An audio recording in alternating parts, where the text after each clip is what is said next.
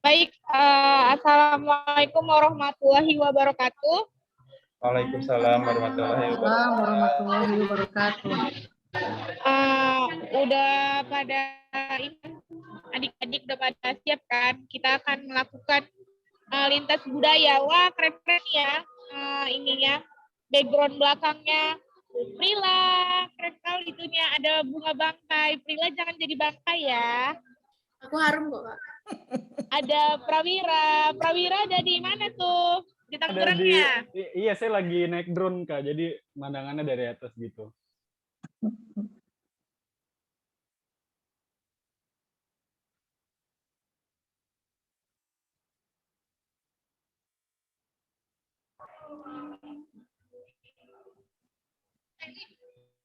Sarjati juga bagus, Fauzi juga bagus.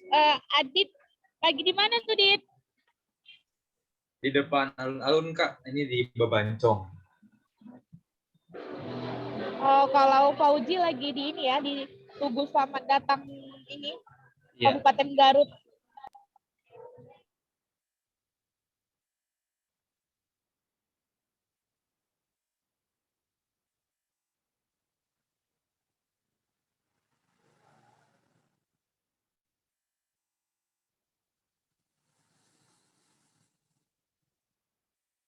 Musiknya juga, ada tariannya, ada lagu tradisional ya seperti itu. Baik, kepada Ibu dipersilakan untuk memperjelas lagi kepada adik-adik, kepada Ibu Haja Nofrihan Laili, dipersilakan dengan segala hormat. Assalamualaikum warahmatullahi wabarakatuh.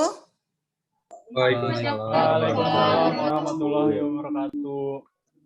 Salam sejahtera buat kita semua peserta di kegiatan lintas budaya daerah kita ya, masing-masing untuk kegiatan modul Nusantara PMMDN tahun 2021.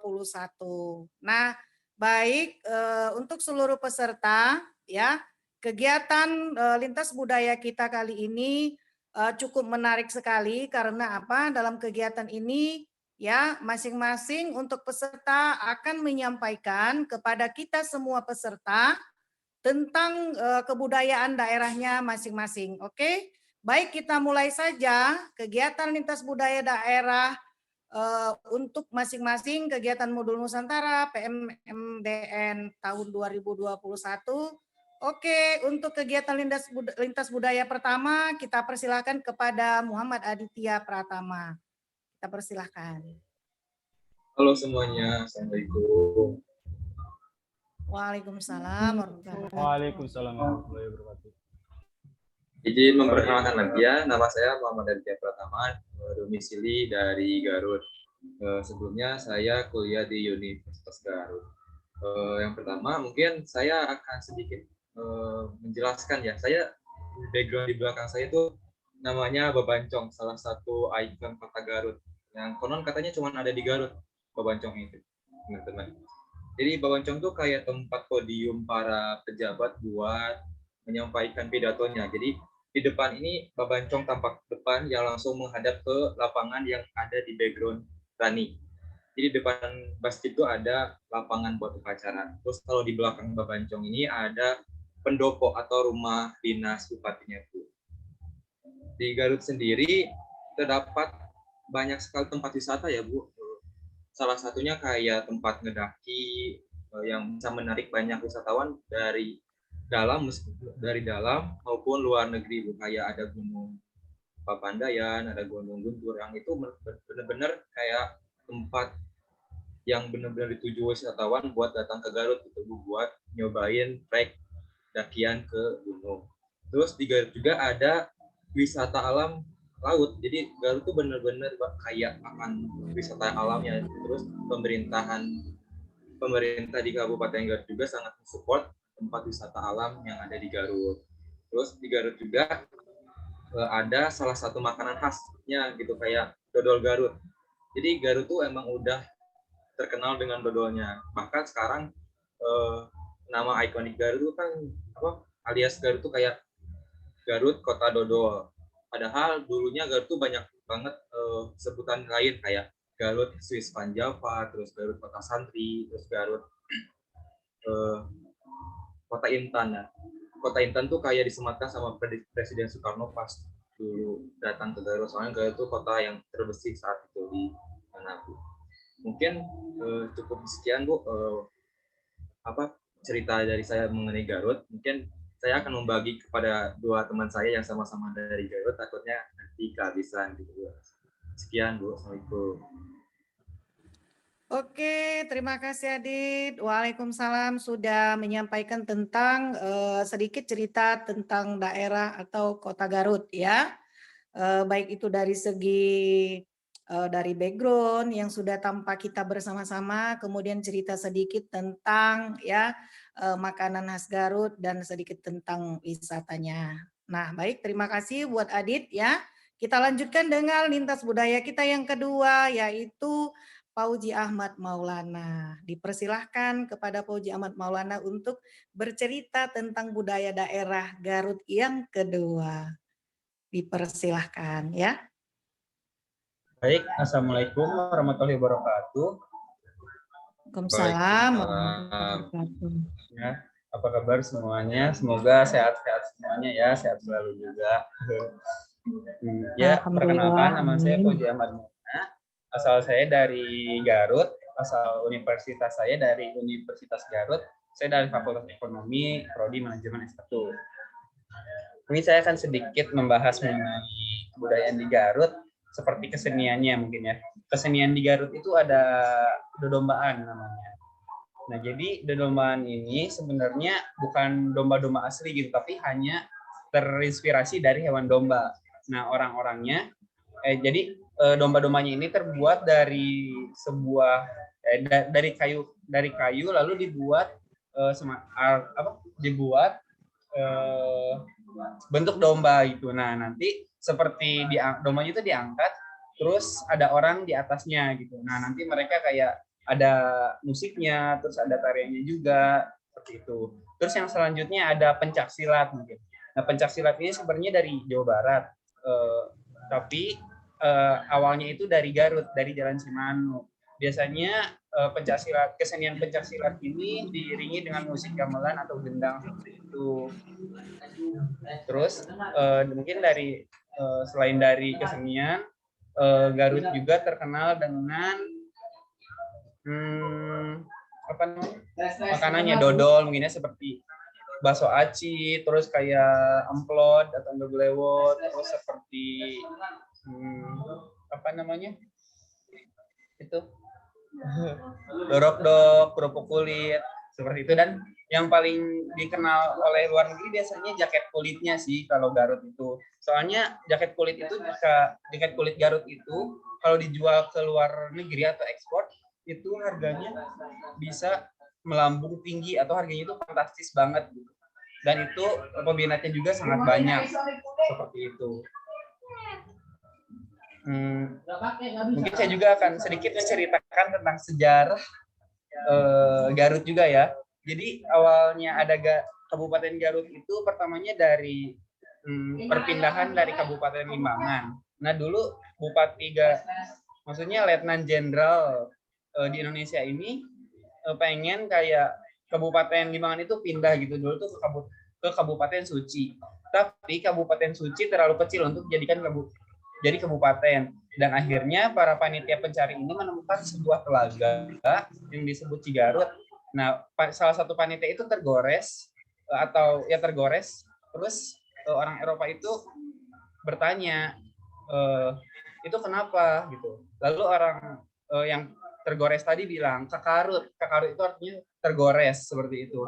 Dan orang Eropa mengulang kata tersebut dengan kan nggak pasti gitu, nggak pasti berbahasa Sunda, jadi gak Garut gitu bilangnya. Dan akhirnya tanaman itu disebut Ki Garut. Dan kelama-kelamaan orang-orang di situ atau pekerja di situ bilang bahwa kota itu kota Garut, dan akhirnya diresmikan bahwa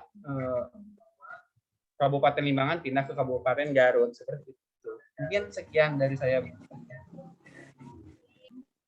Oke, baik, terima kasih buat Pak Uji ya sudah menyampaikan tentang kelebihan-kelebihan atau budaya daerah Kota Garut. Nah, sebagai penyampaian atau pengembangan dari yang disampaikan oleh Adit ya, cocok kali ya kolaborasinya seperti itu ya. Jadi memang sudah kelihatan dari cerita juga bahwa Kota Garut ini memang cukup-cukup banyak yang menarik di sana seperti itu ya. Oke, nanti mungkin kita lanjutkan untuk yang kota berikutnya tentang Garut mungkin nanti terakhir ya. Itu nanti ada teman kita Rani. Nah, untuk selanjutnya lintas budaya yang ketiga yaitu untuk daerah Kebumen ya. Kebumen ini disampaikan oleh Sarjiati. Persilakan kepada Sarjiati ya. Iya, terima kasih Ibu. Selamat malam teman-teman semuanya. Perkenalkan, nama saya Sarjiati, biasa dipanggil Sarji dari Universitas Jember. Nah, asal saya ini dari Kabupaten Kebumen, tepatnya itu di Provinsi Jawa Tengah. Kalau dari kota Yogyakarta itu sekitar 3 jam ditempuh jalur darat ke arah barat daya. Nah, untuk Kebumen ini terkenal dengan pariwisatanya karena geografisnya itu kan pegunungan dan pantai. Jadi itu dari pariwisatanya sendiri itu ada banyak sekali pantai seperti Pantai Menganti, Pantai Petanahan, Pantai Ayah, Pantai Pasir, Pantai Lampon, terus ada Gua Jati Jajar, Gua Petruk, kemudian ada benteng juga, Benteng Van der Wijk, kemudian ada Waduk Sempor, dan perbukitannya tuh ada Bukit Pentulu Indah, Bukit Hut, dan masih banyak lagi wisatanya.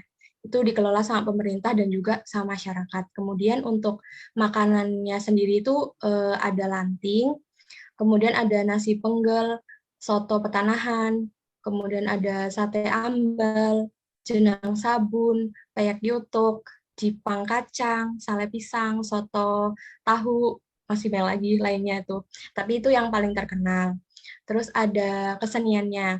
Nah, keseniannya sendiri itu ada eblek atau kuda lumping, kemudian wayang kulit, ketoprak, tari cepetan alas, itu dari Desa Karangsambung.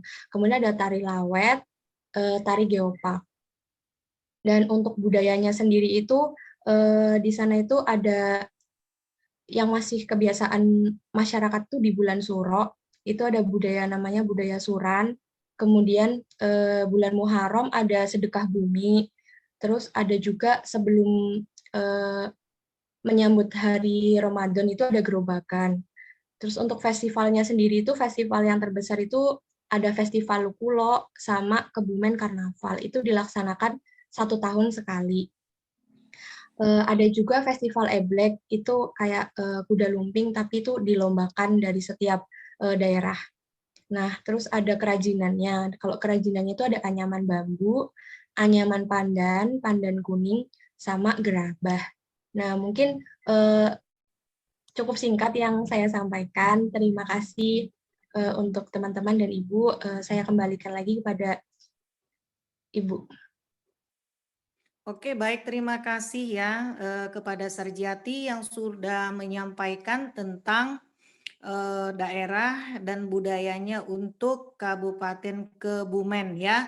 Nah, menarik sekali sebenarnya ya untuk dua daerah ini tadi ya, Garut kemudian juga Kebumen itu sendiri. Nah, dari cerita Sarjiati tadi ya membuat kita itu lebih menarik lagi dari segi makanannya seperti itu ya. Nah, pengen deh kita mencoba untuk dari makanan daerah Kebumen. Ya, Dit ya, Pak Uji, pengen kan? Ya Bu, betul Bu, pengen juga. Ya, pengen nyoba. ya. Ya, yang lain-lain juga ya. Nah, mungkin kita nanti bisa mungkin ke depannya buat janjian atau bagaimana ya. Kita bisa bertemu nanti untuk daerahnya masing-masing bisa saling berkunjung seperti itu ya. Ya walaupun jauh daerahnya tapi tetap dekat di hati seperti ini ya. Kelihatannya kan Sarjati jauh tapi dekat dengan kita sekarang. Seperti itu ya. Oke, baik kita lanjutkan ya untuk daerah Garut kembali yaitu Nadia Putri Maharani bisa menceritakan sebagai pengembangan atau tambahan dari kedua temannya yaitu Adit dan Fauzi. Dipersilahkan. Baik, Assalamualaikum warahmatullahi wabarakatuh. Waalaikumsalam warahmatullahi wabarakatuh. Perkenalkan, saya Nadia Putri Marani dari Universitas Garut. Saya merupakan mahasiswa dari Universitas Garut, Prodi Ilmu dan Teknologi Pangan, Fakultas Pertanian.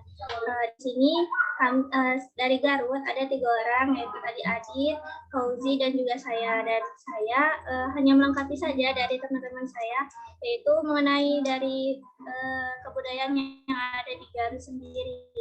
Mulai dari rumah adatnya, rumah adat di daerah Garut terkenalnya dengan rumah panggung. Jadi rumah yang berbentuk kayu dengan ketinggian kurang lebih 0, sampai 1 meter di atas permukaan tanah.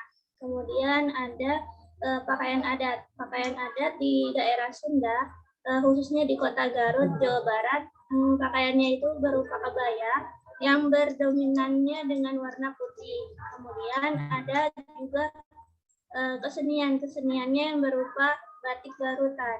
Nah, batik Garutan ini dominannya juga warnanya cerah, dan motifnya itu karena Garut terkenalnya dengan kealamannya, jadi makanya motifnya itu berupa dedaunan ataupun dengan kayak bunga-bunga gitu. Jadi ukirannya itu tentang alam. Kemudian masyarakatnya menggunakan bahasa Sunda karena Garut juga terkenal dengan masyarakatnya yang pribumi asli. Jadi sehari-harinya kami di sana menggunakan bahasa Sunda. Kemudian sistem perekonomian mungkin karena Garut merupakan kawasan andalan, jadi andalan Priangan Timur dan sekitarnya dengan sektor unggulannya itu pertanian. Pertanian di daerah Garut ini tanaman pangan seperti yang terkenalnya yaitu sayuran. Di macam sayuran di daerah Garut ini semua ada. Nah, kemudian selain itu perekonomian di daerah Garut ini berupa juga dari pertanian, perkebunan, peternakan, dan juga objek wisata yang cukup banyak yang akhirnya menjadikan sumber perekonomian juga.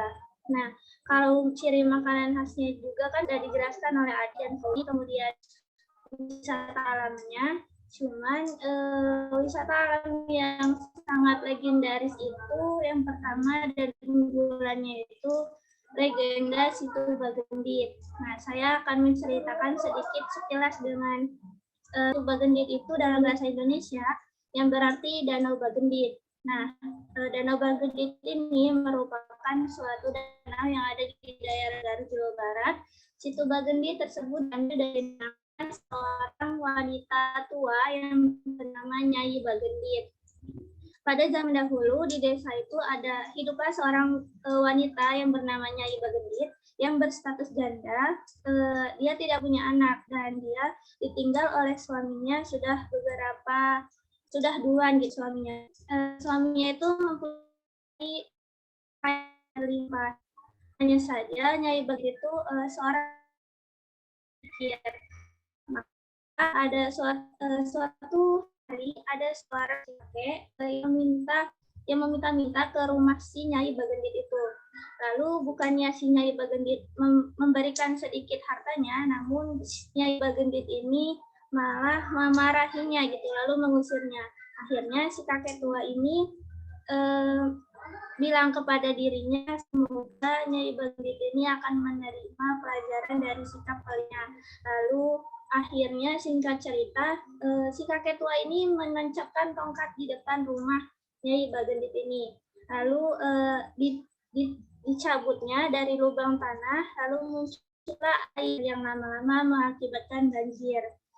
Nah, singkat cerita juga para masyarakat di desanya itu menyelamatkan diri dan sang kakek itu akhirnya menghilang seketika. Lalu airnya cukup besar, lalu Bagendit ini mencoba meminta tolong, namun tidak ada yang menolongnya. Akhirnya terbentuklah suatu danau, yang danaunya juga cukup luas dan juga airnya yang sangat banyak. Lalu diberi namalah Danau Bagendit. Mungkin sekian dari penjelasan kebudayaan dan adat yang ada di Garut. Terima kasih.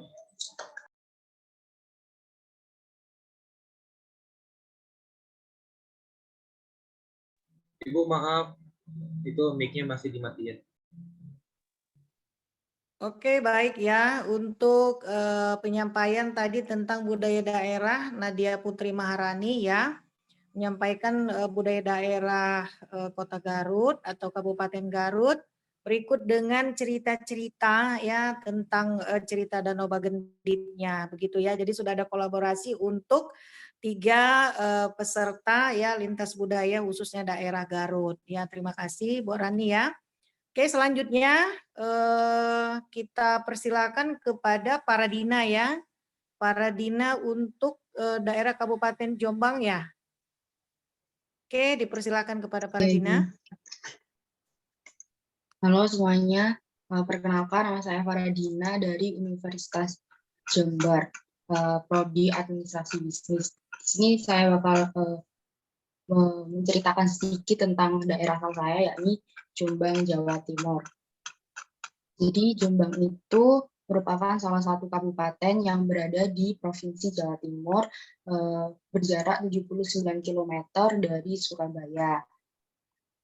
Dan di Jombang, asal kata di Jombang itu hijau dan abang. Hijau dalam bahasa Indonesia artinya hijau, dan abang dalam bahasa Indonesia artinya merah. Hijau sendiri ini mewakili kaum santri atau agamis, dan abang sendiri mewakili kaum abangan atau nasionalis atau kejawen. Kedua kelompok ini hidup berdampingan dan harmonis di Kabupaten Jombang. Bahkan kedua elemen ini digambarkan dalam warna dasar lambang daerah dari Kabupaten Jombang sendiri. Lalu sekitar 42% lahan di Jombang ini digunakan sebagai area persawahan. Rata-rata ditanami padi serta palawija seperti jagung, kacang kedelai, kacang tanah, kacang hijau, dan ubi kayu. Serta komoditas perkebunan di Kabupaten Jombang itu di tingkat provinsi ada tebu, sedangkan di tingkat regional komoditas unggulannya ada serat karung, kelapa, kopi, kakao, jambu mete, randu, tembakau, dan beberapa tanaman tunggal seperti lengkuas, kencur, kunyit, jahe, dan serai. Lalu seperti yang kita lihat di background Zoom saya ini, namanya Ringin Contong. Ringin Contong ini menjadi salah satu ikon di Kabupaten Jombang dan menjadi titik nol secara sosial, ekonomi, dan budaya Kabupaten Jombang. Dan di depan Ringin Contong itu ada namanya Taman ASEAN yang merupakan salah satu tempat pengibaran bendera negara ASEAN yang menandakan bahwa Jombang itu adalah kota toleransi umat beragama. Karena pada waktu tahun 2017 itu ada kegiatan namanya ASEAN Youth Interfaith Camp pada bulan Oktober tahun 2017 itu. Jadi ada bendera 10 negara negara anggota ASEAN terpasang di tengah taman kota tersebut dan mengusung tema Tolerance in Diversity for World Harmony. Lalu yang menjadi ikon juga itu namanya ada alun-alun Jombang, menjadi salah satu tempat yang sering dikunjungi oleh masyarakat Jombang tersebut. Lalu di sini itu Kementerian Agama mencatat bahwa ada 124 pondok pesantren dan lebih dari 40.000 santri atau santriwati yang belajar di Jombang. Dan ada 4 pondok besar, ada Pondok Pesantren Tebuireng, Pondok Pesantren Darul Ulum, Pondok Pesantren Mawal Marif, dan Pesantren Darul Ulum. Di Pondok Pesantren Tebuireng itu ada makam Gus Dur atau Presiden keempat kita Abdurrahman Wahid, dan di sekitar makam juga ada namanya Museum Islam Kiai Haji Hasyim Asy'ari. Di museum itu isinya kayak tentang bagaimana Islam masuk di Indonesia, seperti kayak buku-bukunya, gambar-gambarnya, atau tokoh-tokohnya yang memasukkan Islam ke Indonesia. Dan makanan khas dari Jombang namanya nasi tirbu tandur. Lalu ada rawon, ada pecel, ada soto, dan ada jenang, dan yang itu jadi ciri khas dari Jombang itu ada tari remo. Salah satu tarian tradisional menggambarkan keberanian dari seorang di perang. Tarian ini sering dipentaskan dalam pagelaran sebagai pengantar pertunjukan. Tempat wisata yang sering dikunjungi oleh masyarakat Jombang itu ada alun-alun Jombang, ada kebun ojo kayak jadi taman hijau atau tempat bermain buat anak-anak di Jombang gitu. Terus ada kebun ratu, ada air terjun Tretes yang merupakan salah satu air terjun tertinggi nomor 3 di Indonesia. Terus ada Gunung Cinet. Gunung Cinet ini diibaratkan sama masyarakat Jombang sebagai miniatur kecil dari Green Canyon. Lalu ada warna wisata Banyumili. Jadi itu kayak kafe, terus ada tempatnya itu ditaruh di sungai kecil itu. Jadi kayak meja kursinya dari kafe itu ditaruh di sungai kecil itu buat nongkrong-nongkrong gitu. Terus ada Gua Sigulu, terus ada Candi Arimbi. Arimbi ini kan salah satu penggala dari itu, katanya Jombang merupakan gerbang atau pintu masuk dari kerajaan tersebut. Cukup sekian dari saya. Terima kasih. Oke, baik, terima kasih para Dina ya sudah menceritakan tentang budaya daerah Kabupaten Jombang ya. Kita tadi sudah sama-sama mendengarkan ya tentang ada wisatanya, kemudian ada makanan, kesenian, dan juga tentang sedikit sejarah beberapa tempat wisata, dan kemudian ada juga seperti kafe, restoran, dan lain-lainnya. Nah, oke ya, demikian untuk para Dina. Oke, selanjutnya ya untuk lintas budaya yang disampaikan oleh Muhammad Saripudin Prawira. Dipersilahkan. Oke, terima kasih Ibu. Selamat malam teman-teman. Bismillahirrahmanirrahim. Assalamualaikum warahmatullahi wabarakatuh. Perkenalkan, saya Muhammad Saripudin Prawira dari Universitas Esa Unggul Jakarta. Bentar. Saya berasal dari Kota Tangerang, teman-teman. Kota Tangerang salah satu kota yang berada di kawasan Jabodetabek. Jadi Kota Tangerang berdekatan sekali dengan Kota Jakarta, dan ini kita bisa lihat background saya ini gedung wali kotanya, ini pusat pemerintahan di Kota Tangerang, dan di depannya itu ada taman, terus ada Masjid Raya Al Azum juga, terus di belakang gedung ini, di belakang gedung Puspem ini ada lapangan sepak bola juga. Jadi saya akan mempresentasikan sedikit dari budaya objek wisata yang ada di Kota Tangerang. Yang pertama itu ada Masjid Raya Al Azum, teman-teman. Masjid Raya Al Azum itu masjid yang sangat besar. Kalau kalian ke Tangerang, saya menyarankan untuk pergi ke sana. Lalu ada ini juga Masjid Pintu Seribu. Masjid Pintu Seribu itu berdekatan dengan laut gitu, teman-teman. Lalu ada Bendungan Pintu Air 10 juga. Lalu ada Sungai Cisadane. Sungai Cisadane ini merupakan sungai yang membelah dari kawasan Kota Tangerang. Itu salah satu ikon dari Kota Tangerang, teman-teman. Kota Tangerang ini udah berdiri selama 28 tahun sekarang umurnya. Dan lalu saya akan menjelaskan juga terkait makanan ciri khas.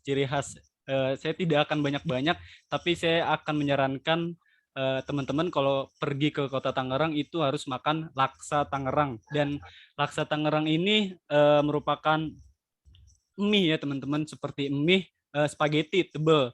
Terus juga kuahnya itu, kuah laksanya itu dari kacang hijau, kentan, terus ada kaldu ayamnya juga seperti soto, tapi teman-teman harus nyobain yang dari Jawa, yang dari Garut juga. Kalau ke Tangerang, ibu dosen nih harus ke Tangerang Bu, makan laksa Bu nanti Bu. Terus sudah kemarin itu Ibu udah ke Tangerang, tapi belum semua dijalani. Iya Bu, soalnya Tangerang ini dibagi 3 Bu administrasinya. Jadi ada Tangerang Selatan, Kabupaten Tangerang, ada Kota Tangerang, dan saya di Kota Tangerang. Iya. Terus lalu ada festival yang paling besar itu di Kota Tangerang itu Festival Cisadane. Itu seperti ke masyarakat sekitar itu mengikuti festival seperti membuat perahu. Pokoknya masyarakat, warga-warga lokal yang ada di situ tuh bener-bener ikut memamerkan hasil dari karya-karya perahunya gitu Bu. Lalu ada festival ini juga Festival Al-Azom ini di Masjid Raya Al-Azom. Teman-teman bisa cari juga. Dan festival ini tuh dalam rangka menyambut tahun baru Islam, teman-teman. Mungkin cukup di situ perkenalan asal budaya saya, asal daerah saya. Mungkin akan saya kembalikan lagi kepada Ibu dosen. Terima kasih. Wassalamualaikum warahmatullahi wabarakatuh. Waalaikumsalam warahmatullahi wabarakatuh. Terima kasih ya buat Prawira sudah menyampaikan cerita tentang budaya dan daerahnya ya.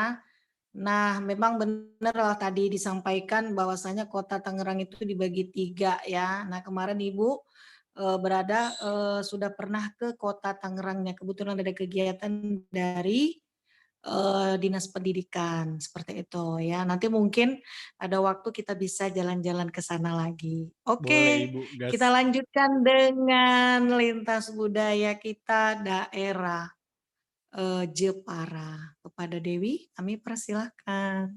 Ya, terima kasih Ibu. Assalamualaikum warahmatullahi wabarakatuh. Waalaikumsalam warahmatullahi wabarakatuh. Selamat malam. Perkenalkan, nama saya Dewi Nurhadi. Saya berasal dari Universitas Islam Nahdlatul Ulama Jepara.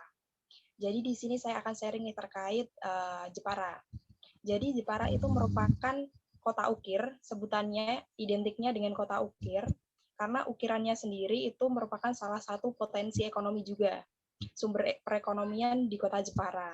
Karena terdapat sentra kerajinan ukir, itu salah satunya yang spesifiknya itu di Desa Ngabul, tempat saya sendiri, terus ada di Mekeng, Taunan, Pekalongan. Nah, di situ Kalongan ya, kalau Pekalongan itu kan Jogjanya, kalau di sini juga ada namanya Kalongan gitu.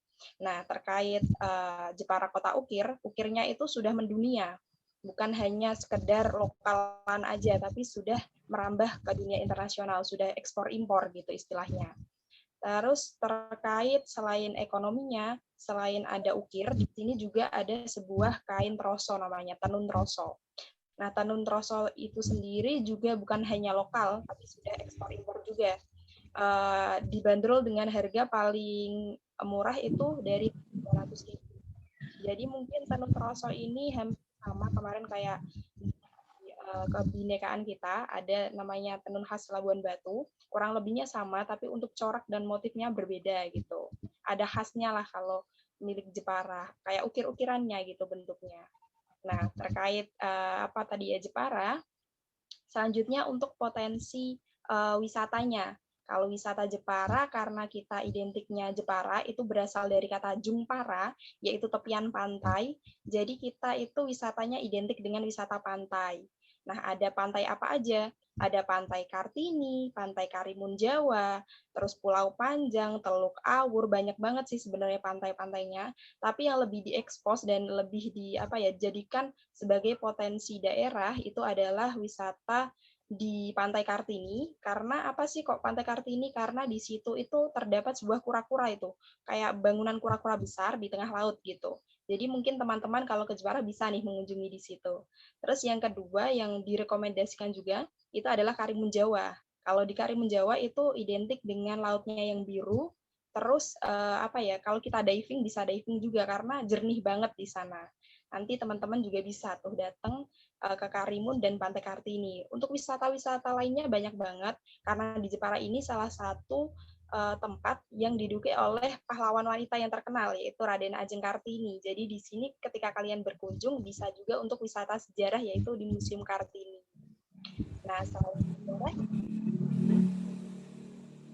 budaya di Jepara itu banyak banget ya, tapi yang memang itu menjadi ciri khas Jepara itu sendiri yaitu ada yang namanya tari Krida Jati. Biasanya tarian itu dipersembahkan ketika ada event-event atau acara-acara pemerintah. Salah satu yaitu ada tari Tayub Jepara, terus tradisi, terus ada yang namanya baratan. Kalau baratan itu identik dengan Kalinyamat. Kalinyamat itu sendiri juga identik dengan seorang pahlawan wanita yang namanya Ratu Kalinyamatan. Nah, di Jepara itu ada 3 pahlawan wanita sebenarnya, yaitu Raden Ajeng Kartini, Kalinyamat, dan Sima. Nah, 3 ratu ini itu sudah mempunyai tugu atau monumen, tepatnya di Desa Ngabul, itu di desa saya sendiri. Nah, itu udah besar banget sih tubuhnya itu. Menggambarkan 3 sosok wanita itu. Dan itu ada tradisinya, yaitu tradisi Baratan Jepara. Jadi itu dilaksanakan ketika menyambut bulan puasa. Terus ada perang obor juga. Terus sedekah nelayan, karena kita identik dengan pantai, ada sedekah nelayan. Itu udah masuk ke CNN juga sih. Sempat diliput juga. Sedekah nelayan itu identik dengan pelarungan kepala kerbau ke tengah laut gitu, pelarungan. Jadi didatangi oleh kayak bupati, pemerintah setempat untuk datang dan menyaksikan gitu. Jadi rasa syukur para nelayan atas hasil ikan yang melimpah gitu. Itu dilaksanakan ketika Lebaran Ketupat biasanya. Itu ramai banget karena dibarengi dengan tarian tampilan dari beberapa pemuda di setempat gitu. Terus selain kita bahas budaya, terus tadi potensi wisatanya, terus ekonomi, ini ada makanan khas Jepara. Makanan khasnya itu adalah horok-horok. Ini mungkin kalau yang nggak tahu, ini asing banget. Horok-horok itu apa sih gitu? Horok-horok itu makanan khas Jepara. Jadi kalau misalnya dia bukan makanan yang dicemil ya, tapi lebih ke spesifiknya pengganti nasi. Jadi kalau kita makan bakso, itu cocok banget dimakan pakai horok-horok itu. Itu dari tepung aren atau sagu ya. Itu bentuknya kayak, bukan bentuk nasi. Mungkin kalau kalian bayangannya pengganti nasi bentuknya kayak nasi, tapi bukan. Jadi dia kayak warnanya putih, terus kayak gimana ya, kotak-kotak gitu, kayak kecil-kecil gitu. Nanti boleh searching lah, horok-horok khas Jepara. Selain horok-horok, ada pindang serani. Pindang serani itu kayak asem-asem gitu. Sayur bening tapi pakai rasa asem gitu.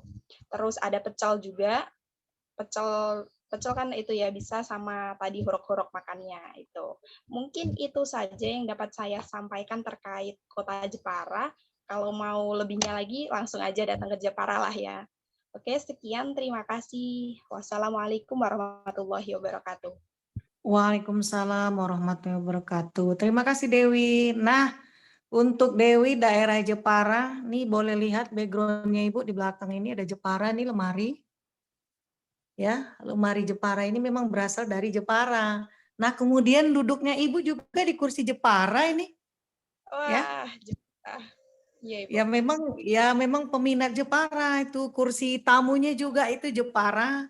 Kemudian ini juga itu kalau kelihatan ya tempat bufet televisinya juga Jepara. Memang Ibu penggemar Jepara. Ya. Nah, belum sampai ke Jeparanya ini sekarang. Ya kan?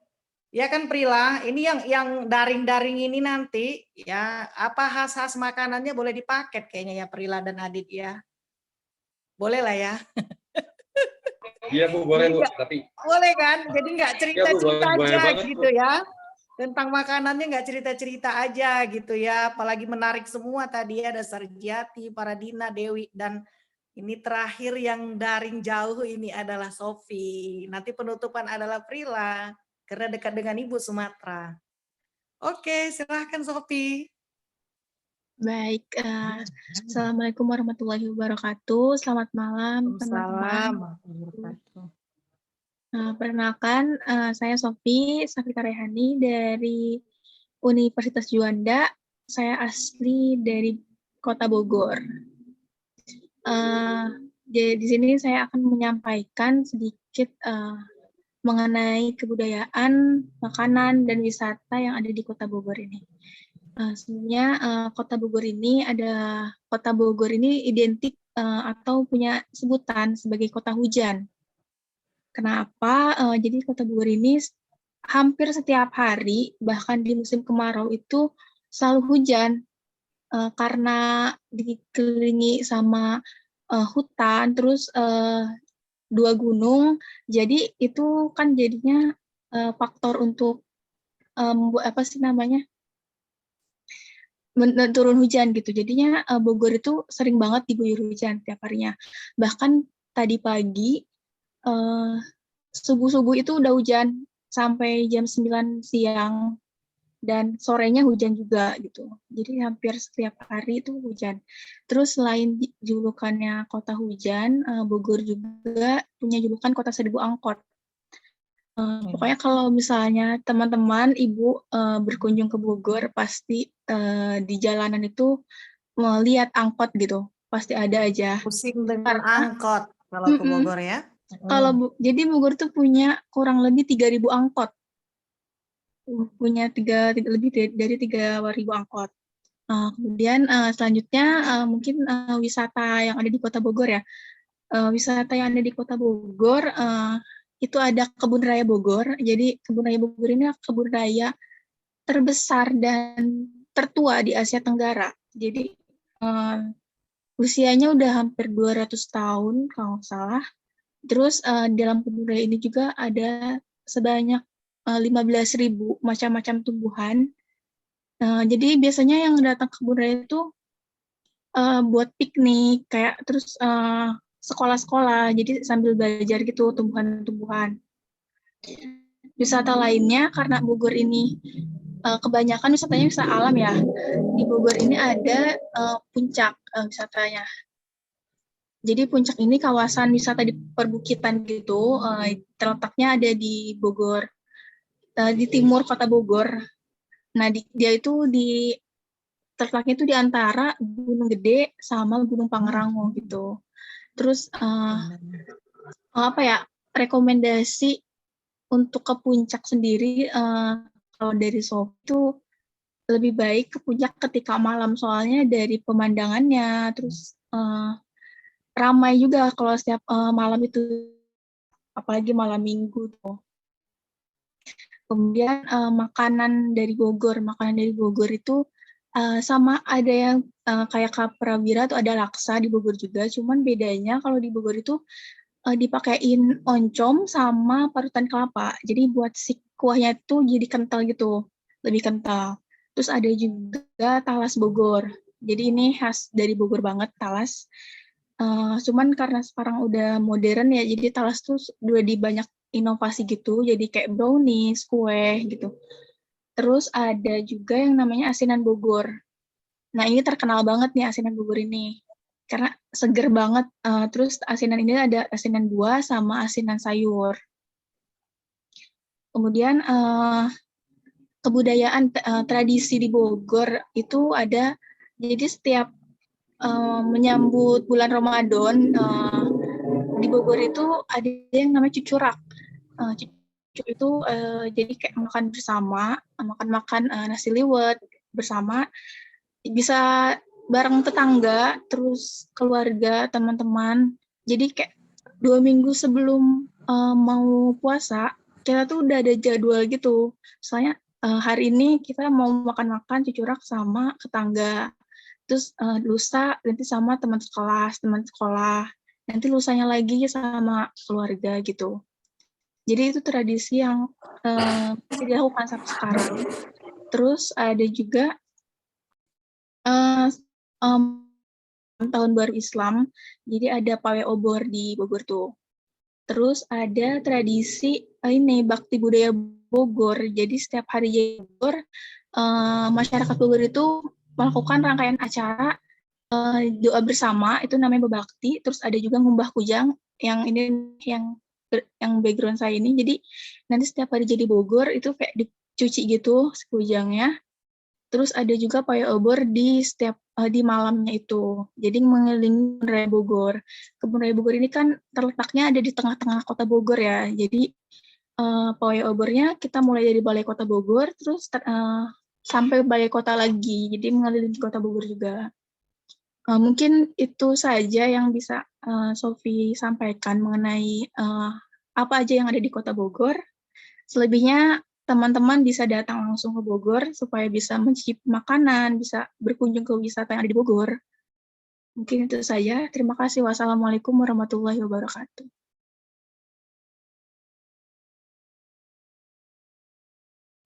Ibu masih di...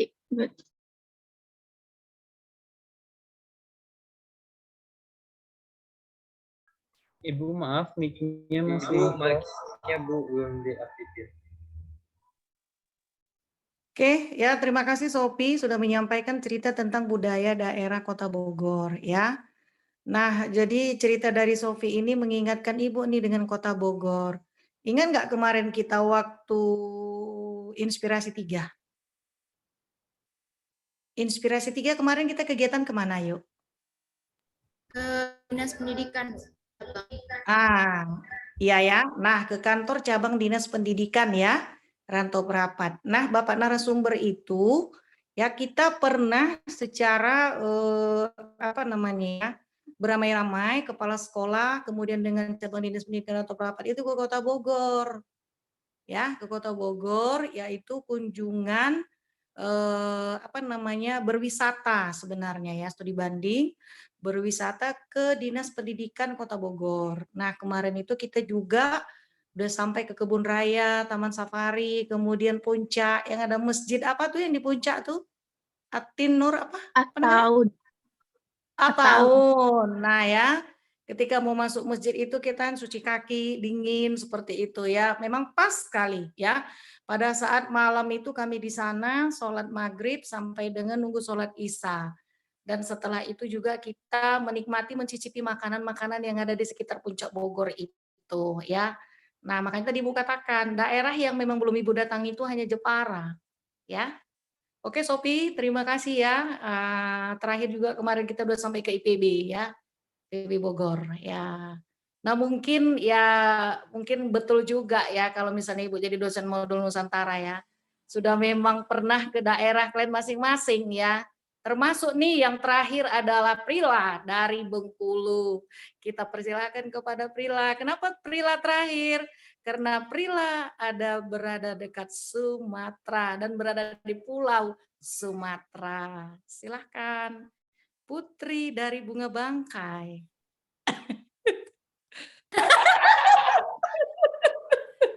Silahkan. Terima kasih atas gelarnya. Halo teman-teman semuanya, selamat malam. Ya, aku Prila Anita Simbolon dari Universitas Jember, jurusan Hubungan Internasional di Bengkulu. Sekarang tapi lagi di Labuan Batu ya, Bu ya. Nah, mungkin lagi ini nih mau cerita tentang, mungkin kalau teman-teman udah pasti tahu ya, di belakang ini ada bunga Rafflesia, yang mana bunga Rafflesia arnoldi ini menjadi ikon dari Bengkulu itu sendiri. Jadi kenapa dia dijadikan ikon? Pasti karena bunga ini terkenal banget. Yang pertama, bunga ini diklaim sebagai bunga terbesar di dunia, yang mana ini hanya tumbuh di Indonesia.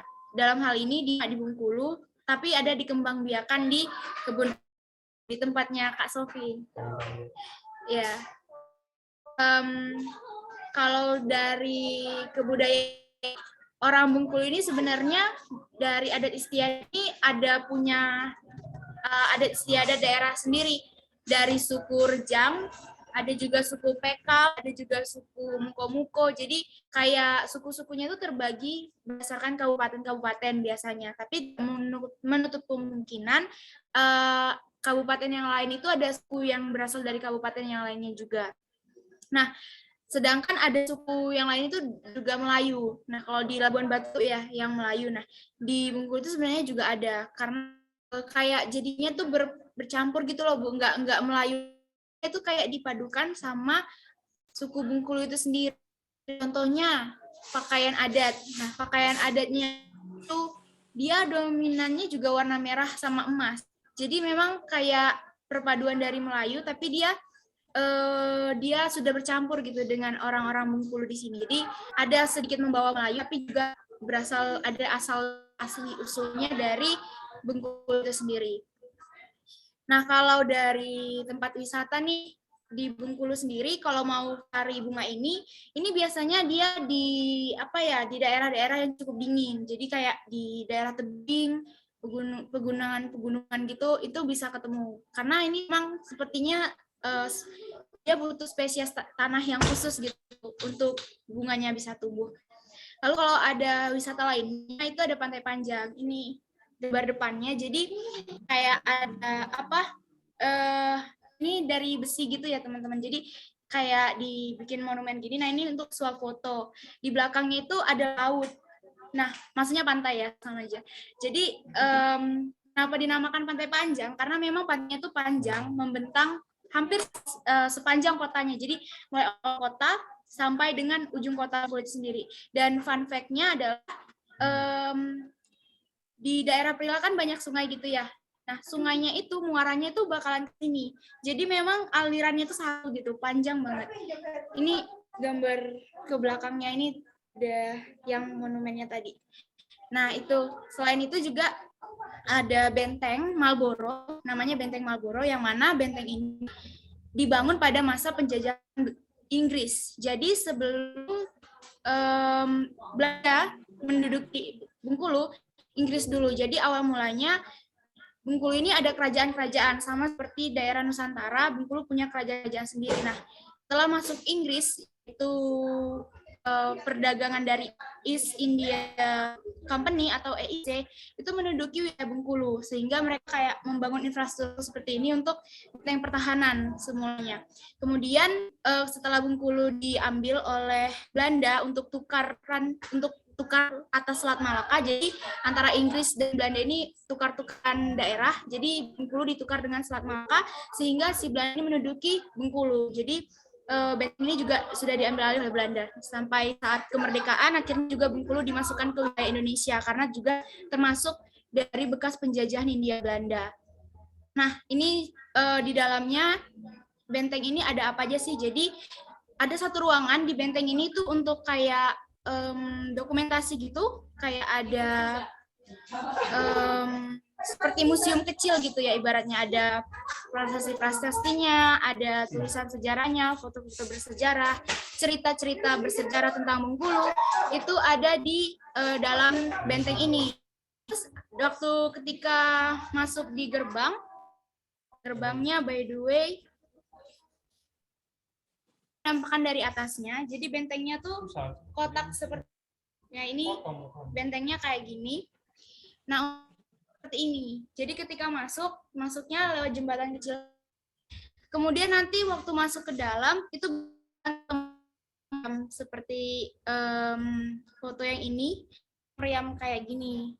Nah, ini biasanya juga dijadikan buat, jadi untuk ini buat swafoto, lebih pengenalan sejarah itu sendiri. Kalau swafoto ini atau naik ke tangga ini. Nah, pas di atas tadi pandangannya itu bakalan ke pantai seperti ini. Jadi buat tempat swafoto karena memang pantainya ini terlihat itu ibaratnya kalau di Bengkulu, Bu, dan teman-teman. Gitu, wisatanya. Ada wisata lainnya itu ada namanya Danau Dendam Tak Sudah. Memang lucu ya namanya dendam gitu, tapi memang katanya dulu ada habis-habis buaya ya? yang dari iya, Bu, dendamnya nggak sudah, Bu. Nggak bisa habis berarti. Jadi ada buaya dari Bengkulu katanya, atau berkelahi sama buaya dari Lampung. Perkelahiannya itu ibaratnya nggak selesai-selesai. Akhirnya kayak selama perkelahian itu tuh mereka menimbulkan genangan air. Jadi danau ini ibaratnya kayak legendanya terbentuk karena perkelahian dua buaya itu. Luasnya seperti ini, teman-teman. Jadi kayak ada lagi satu wisata yang kayaknya hampir semua orang Bengkulu tahu sih. Ini namanya Pulau Tikus. Agak lagi ya, Bu, namanya. Pulau Tikus. Ya. Jadi iya, Bu. Jadi alasannya ini kenapa bukan Pulau Tikus itu bukan karena banyak tikusnya, tapi karena ukurannya yang kecil. Jadi bentuknya ya. Katanya ukurannya tuh kecil. Iya, Bu, bentuknya kayak tikus gitu kan. Jadi dinamakan Pulau Tikus. Selain itu jalan-jalan kecil di sini, jalan-jalan lintas. Jadi dibilanglah jalan tikus kayak gitu. Jadi dibilang Pulau Tikus lah ini katanya. Nah, itu untuk tempat wisatanya. Kalau yang lainnya ada air terjun. Di tempat Prila juga banyak air terjun. Tapi kalau air terjun ini lebih ke hutan-hutan. Sama ada pendakian bukit. Itu lumayan banyak sih, Bu. Dan teman-teman. Nah, itu tadi tentang wisata. Terus mau bahas tentang festival. Ada namanya Festival Tabot. Festival Tabot ini adalah perayaan tahun Rabot. mana ini dirayakan.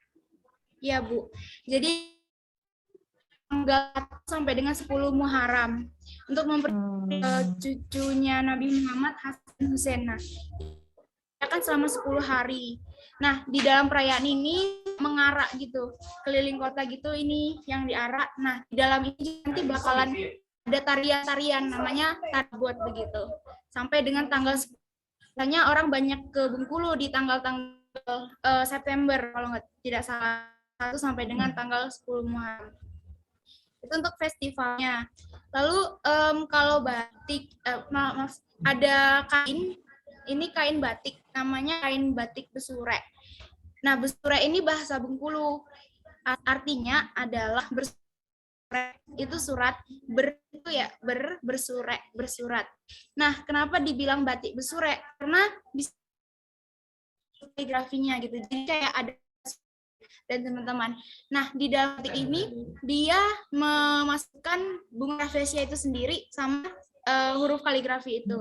Ini contohnya kainnya. Nah, ini pakaian Prila waktu SD.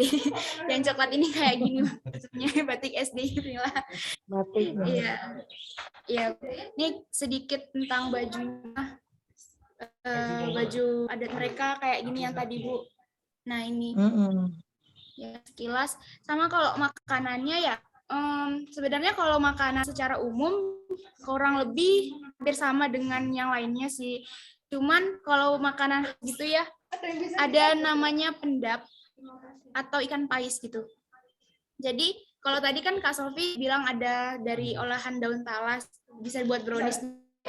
Nah, ini juga, ini atasannya ini dari daun talas. Jadi di atasan bahan diungkep sama daun talas, sama dibumbui sama bumbu sendiri, sama ikan. Jadi namanya ikan pais, tapi kalau secara Indonesia namanya pendap.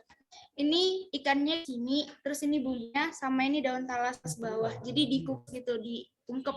Nah, ini Prila udah pernah coba, rasanya enak, boleh dicoba. Cuman ini agak gimana ya? Agak jarang gitu Bu orang jual, karena memang biasanya orang-orang tertentu yang bisa masak, dan kayak juga jarang gitu yang masak hari-hari biasa biasanya Bu. Gitu. Sama ini favoritnya Prila. Ini ada kue, jadi ini dari ketan dicampur sama pisang, itu dicampur sama santan juga, nanti dikukus. Ini rasanya manis dan enak banget. Teman-teman bisa coba datang ke Bengkulu ya. Oke, sama yang ini sih yang legend, yang bisa dibilang kayak semua orang Bengkulu tuh tahu. Ini namanya bayam. Ini Bu kemarin udah cobain. Ya, udah dicicipi. Ya. Sudah. Gimana? Ya, Bu. Gimana, Bu? Enak. Kalau misalnya mau dipaket lagi bolehlah. Oh ya Bu, Ibu kan mau ke ya. Karena Ibu mau kembali nanti pulang tanggal 20 dari Bengkulu. Iya Bu. Nah, jadi ya kira-kira untuk makanannya sama mungkin di Bengkulu itu komoditas durian. Jadi duriannya itu diolah jadi durian. Makanan ini sama tempoyak. Mungkin teman-teman ada yang tahu tentang fermentasikan kemudian dijadikan sambal. Nah, itu kalau di Bengkulu ya orang-orang sini biasanya suka, tapi karena yang asam-asam jadi kurang suka makan sambal karena agak nyengat juga baunya, nyengat durian gitu. Nah, gitu sih mungkin tentang Bengkulu. Kalau misalnya kayak aja ya ke Bengkulu. Komen. Oke, terima kasih. Oke, baik, terima kasih ya. Yang terakhir tadi adalah tentang cerita daerah budaya dari Prila ya, yaitu khusus untuk daerah Bengkulu ya. Banyak yang menarik di sana, khusus untuk Bengkulu, ada pantainya, kemudian ada juga makanan, tempat wisata, dan terkhususnya adalah background Prila sudah berganti dengan sambal tempoyak ya. Nah, tadi kan backgroundnya kan dari Ya kan, bunga bangkai ya, jangan nanti gelarnya diganti lagi dari putih bunga bangkai, kembali lagi backgroundnya ke semula. Nah seperti itu ya. Oke baik ya, syukur alhamdulillah ya kegiatan kita untuk lintas budaya pada kegiatan kali ini sudah dapat terlaksana dengan baik ya. Nah seperti inilah kegiatan kita modul Nusantara yang sebenarnya. Bisa berbagi, bisa bercerita tentang daerah kita masing-masing. Nah, terutama saya sebagai dosen modul Nusantara sendiri ya terasik dan juga memang sudah merasakan dari beberapa peserta kita untuk modul 2 ini kegiatan modul Nusantara. Nah, hanya daerah Dewi yang belum Ibu datangi. Nah, itu ya. Hanya daerah Dewi, kalau ke Jombang saya sudah ya. Kalau ke Bumen saya sudah pernah, saya cerita sama Sarjati sarapan saya di sana sudah pernah. Ke Garut juga sudah, Bengkulu apalagi, Tangerang juga sudah. Nah mungkin nanti ada rezekinya ini mau berangkat lagi ke Jepara ini langsung ya. Karena apa? Peminatnya aja sekarang Jepara terus seperti itu ya.